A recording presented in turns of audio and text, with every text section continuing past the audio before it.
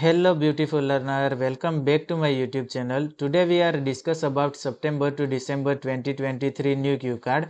Describe an area of science, biology, robotics, etc. that you are interested in and would like to learn more about. यहाँ पे हम एक science का particular area के बारे में बात करेंगे जिसमें आपको इंटरेस्ट है और आप इसके बारे में और जानना चाहते हो, जैसे कि बायोलॉजी, रोबोटिक्स और एक्सेट्रा।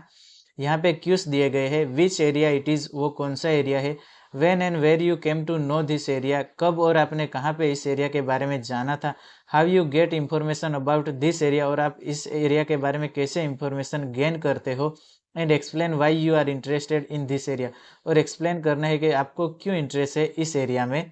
हम हमारा क्यू कार्ड एक जनरल लाइन से स्टार्ट करेंगे।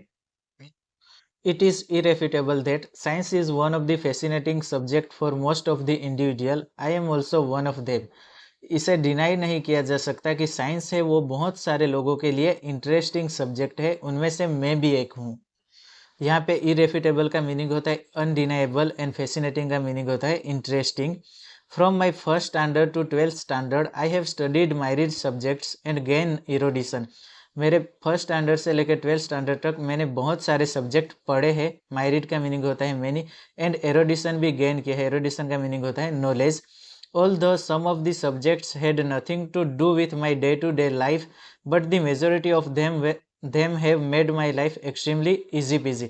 हालांकि उनमें से थोड़े कुछ सब्जेक्ट ऐसे भी थे जिनका मेरी लाइफ से कुछ लेना देना नहीं था, लेकिन ज़्यादातर सब्जेक्ट ने मेरी लाइफ को क्या बनाया था, बहुत ईजी। एक्सट्रीमली ईजी पीजी का मीनिंग होता है बहुत easy banana. However, here I would like to shed some light on a topic of science which I find more interesting, that is neuroscience. हालांकि मैं यहाँ पे उस साइंस टॉपिक पे बात करने वाला हूँ जिसे मैं बहुत पसंद करता हूँ, और वो कौन सा है, न्यूरोसाइंस। यहाँ पे हम न्यूरोसाइंस की डेफिनेशन बताएंगे एग्जामिनर को ताकि उन्हें पता चल सके कि न्यूरोसाइंस क्या है। Neuroscience is the study of the nervous system which includes the brain and spinal cord.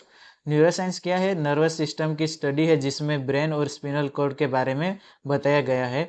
It is a fascinating field that encompasses a wide range of topics including how the brain works, how it develops and how it is affected by disease. इसमें क्या किया गया है, बहुत सारे subject के बारे में बताया गया है, जैसे कि ब्रेन कैसे वर्क करता है, कैसे डेवलप होता है, और हमारे जब भी डिसीज होते हैं तो कैसा वो अफेक्ट होता है। While walking down my memory lane, I vividly reminisce I first became interested in neuroscience when I was in high school. यहाँ पे while walking down my memory lane ये एक फ्रेज है जिसका मीनिंग होता है मेरी यादों की गलियों से गुजरना, और मुझे स्ट्रांगली रिमेंबर है जब मैं मेरी हाई स्कूल में था तब मैंने फर्स्ट टाइम न्यूरोसाइंस का क्लास अटेंड किया था, और उस टाइम पे मुझे बहुत इंटरेस्ट आया था। I took a biology class that cover the basics of the nervous system. वो बायोलॉजी का क्लास था और उसमें जो नर्वस सिस्टम है उसका जो बेसिक्स था वो सब कवर किया गया था। Apart from this I was fascinated by the complexity of the brain and how it is able to control all of our bodily functions, thoughts and emotions. इसके अलावा मैं बहुत इंटरेस्टेड हुआ था कि जो ब्रेन की कॉम्प्लेक्सिटी है वो कैसे कंट्रोल करता है हमारी जो बॉडी के फंक्शन है, थॉट्स है एंड इमोशंस को, उसके बारे में भी मुझे बहुत जानने की उत्सुकता होती है। Since then, I have learned more about neuroscience through reading books and articles, watching documentaries and taking online courses. उसके बाद मैंने जो न्यूरोसाइंस के बारे में पढ़ने के लिए क्या किया था, बुक्स रीड की थी, आर्टिकल रीड किए थे, और थोड़ी डॉक्यूमेंट्रीज भी देखी थी, और ऑनलाइन कोर्स भी किया था। I have also attended ample not only neuroscience conferences but also workshops. मैंने ओनली कॉन्फ्रेंसेस नहीं अटेंड किए थे लेकिन वर्कशॉप भी अटेंड किए थे, वो भी बहुत सारे। एम्पल का मीनिंग है बहुत सारे। Besides this, I am an interested in neuroscience because I believe that it is the key of understanding human behaviour and consciousness.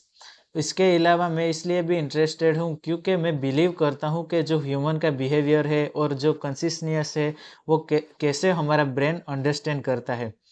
I am also interested in the potential of neuroscience to develop new treatments for neurological disorders such as Alzheimer's disease, Parkinson's disease, and multiple sclerosis। मैं जो हाल में जो new treatments है neurological की, जैसे कि Alzheimer disease के बारे में है और ये जो दूसरी भी डिसीज़ है उनके बारे में जानना भी मुझे बहुत पसंद है। Here are some specific topics in neuroscience that I am interested in learning more about. यहाँ पे थोड़े से टॉपिक है जिसके बारे में मुझे जानना बहुत पसंद है। यहाँ पे जो टॉपिक्स दिए गए हैं इनमें से आप कोई भी एक या दो बोल सकते हो, जैसे कि the neurons neural basis of consciousness, the neural basis of learning and memory. इनमें से आप कोई भी 2 या 3 बोल सकते हो। I surmise that neuroscience is a rapidly growing field with the potential to revolutionize our understanding of the human mind. यहाँ पे सरमाइज का मीनिंग होता है थिंक। मैं ये थिंक बिलीव करता हूँ कि न्यूरोसाइंस क्या है वो रैपिडली ग्रो हो रहा है एंड इसकी वजह से हम जान सकते हैं ह्यूमन माइंड के बारे में। I am excited to learn more about this field and to contribute to the scientific community in the future. मैं बहुत ज़्यादा एक्साइटेड हूँ इसके बारे में लर्न करने के लिए एंड मैं साइंटिफिक कम्युनिटी में कंट्रीब्यूट करना भी चाहता हूँ फ्यूचर में। Honestly speaking, if I will get a chance to join any group or domain of neurology, surely I will never miss the boat because doing work there and neurologist is my passion, which usually give me freshness and rejuvenation. ईमानदारी से बोलूँ तो अगर मुझे कभी भी chance मिलेगा उस डोमेन में काम करने के लिए तो मैं कभी भी ये मौका मिस नहीं करूँगा। नेवर मिस द बोट ये एक इडियम है जिसका मीनिंग होता है कोई भी अपॉर्चुनिटी मिस नहीं करना, क्योंकि वहाँ काम करके मुझे बहुत फ्रेशनेस एंड रिजुविनेशन मिलेगा, क्योंकि न्यूरोलॉजिस्ट वो बनना मेरा एक पैशन है। When it comes to the question that why I have interested in this domain, to be honest, I have nothing to speak ill about this.